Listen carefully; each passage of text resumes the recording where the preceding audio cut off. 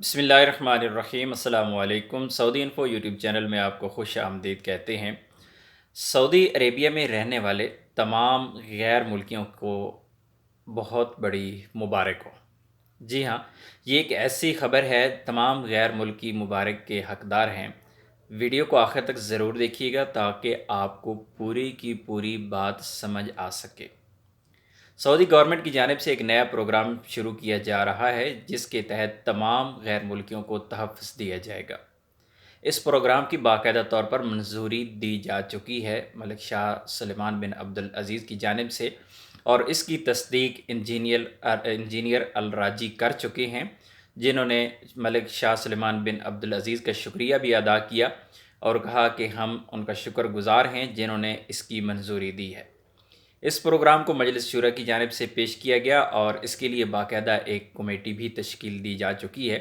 उस कमेटी के अंदर वजारत मेहनत के कुछ लोग होंगे, उस कमेटी के अंदर मजलिस शूरा के लोग होंगे और उस कमेटी के अंदर सामा यानी बैंकों का जो सिस्टम कंट्रोल करने वाला इदारा है उनके भी कुछ लोग होंगे। अब होने क्या वाला है कि जितने भी गैर मुल्की किसी कंपनी में मुलाजिम हैं, किसी कफ़ील के पास मुलाजिम हैं, किसी मुसस्सा में काम करते हैं, कोई कारोबार करते हैं, तो ऐसे लोगों को एक इंश्योरेंस दी जा रही है। इससे पहले जो इंश्योरेंस होती थी वो मेडिकल इंश्योरेंस होती थी, आपकी बीमारी की इंश्योरेंस होती थी, आपकी किसी इमरजेंसी की इंश्योरेंस होती थी, वो आपको इंश्योरेंस कंपनी की तरफ से पे की जाती थी। लेकिन अभी एक और इंश्योरेंस आ रही है जिसकी मंजूरी गवर्नमेंट की जानिब से हो चुकी है और इस इंश्योरेंस को फॉलो करेगी गवर्नमेंट डायरेक्ट। पहले जितनी भी इंश्योरेंस कंपनियां हैं उनके थ्रू इंश्योरेंस होती थी, लेकिन अभी ये देखना होगा क्योंकि इसकी मंजूरी तो हो चुकी है, ऐलान हो चुका है और उसके जो फ़ायदे हैं उनके बारे में बता दिया जा चुका है कि इस इंश्योरेंस के तहत अगर आपकी सैलरी में कोई प्रॉब्लम है, आपकी सैलरी आपको नहीं मिलती, आपके कफ़ील कंपनी, आपका मुसस्सा आपको सैलरी नहीं दे रहा, या फिर एंड बेनिफिट्स आपको नहीं मिले। जिस तरह आप लोग जानते हैं कि कोई भी बंदा जब सऊदी अरेबिया से छोड़ के जा रहा होता है, कोई भी बंदा छुट्टी जाता है, उसकी सैलरीज़ होती हैं, उसके एंड बेनिफिट्स होते हैं, उसके लिए कंपनियां जो करती हैं ज़ाहिर है सब लोग जानते हैं, सब लोग बर्दाश्त करते हैं। और अगर आपके साथ नहीं हुआ, अल्लाह ना करे किसी के साथ हो, लेकिन आपको कई ऐसे लोगों को आप जानते होंगे जिनके साथ ऐसा हो चुका है, फिर आप मकतब अमल चले जाते हैं, वहाँ पे केस करती हैं, फिर केस ज़ाहिर है एक लीगल प्रोसेस है, उसके लिए टाइम लगता है, एक तारीख़ मिलती है, उस पे कंपनी कफ़ील अगर हाज़िर नहीं होते, उसके बाद फिर दूसरी तारीख़ मिल जाती है, फिर तीसरी तारीख़। तो गैर मुल्की बंदे को इस तरह बैठना, इंतज़ार करना तारीख़ों का उनके लिए काफ़ी मुश्किल होता है। लेकिन अभी उस मसले का हल निकाला जा रहा है और उसके लिए बाकायदा तौर पर मंजूरी हो चुकी है।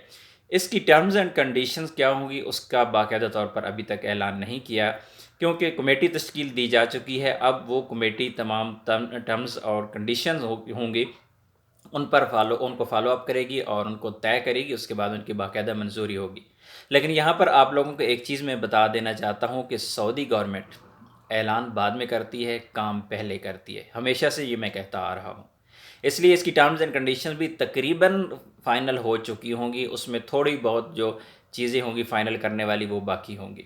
अब ये इंश्योरेंस मिलेगी कैसे?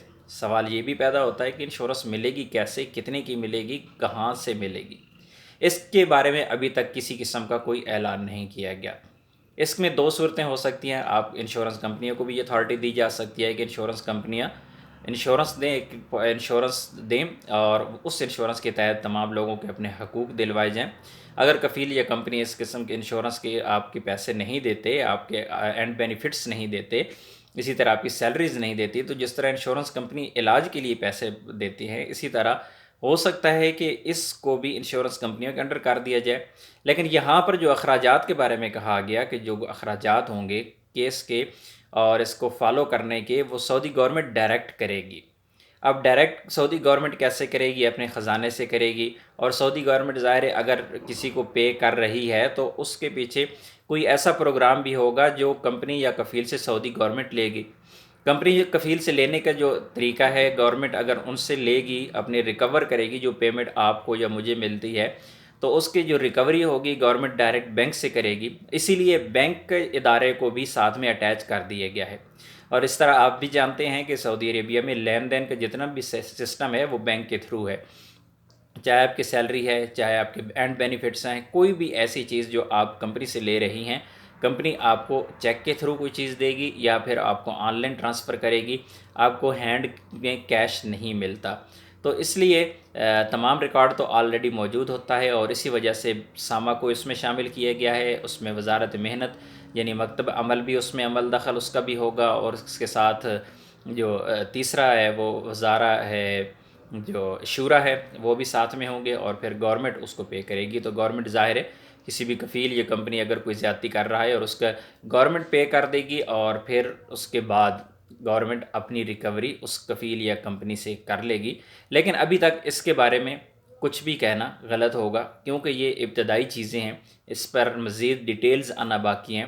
جو انفارمیشن میکسیمم آئی تھی اور وہ آپ لوگوں کے ساتھ میں نے شیئر کر دی۔ کچھ چیزیں ایسی بھی ہیں جو ابھی شیئر نہیں کی جا سکتی، کچھ چیزیں چل رہی ہیں خبروں میں، لیکن ان کو ابھی شیئر نہیں کیا جا سکتا جب تک وہ کنفرم نہیں ہے۔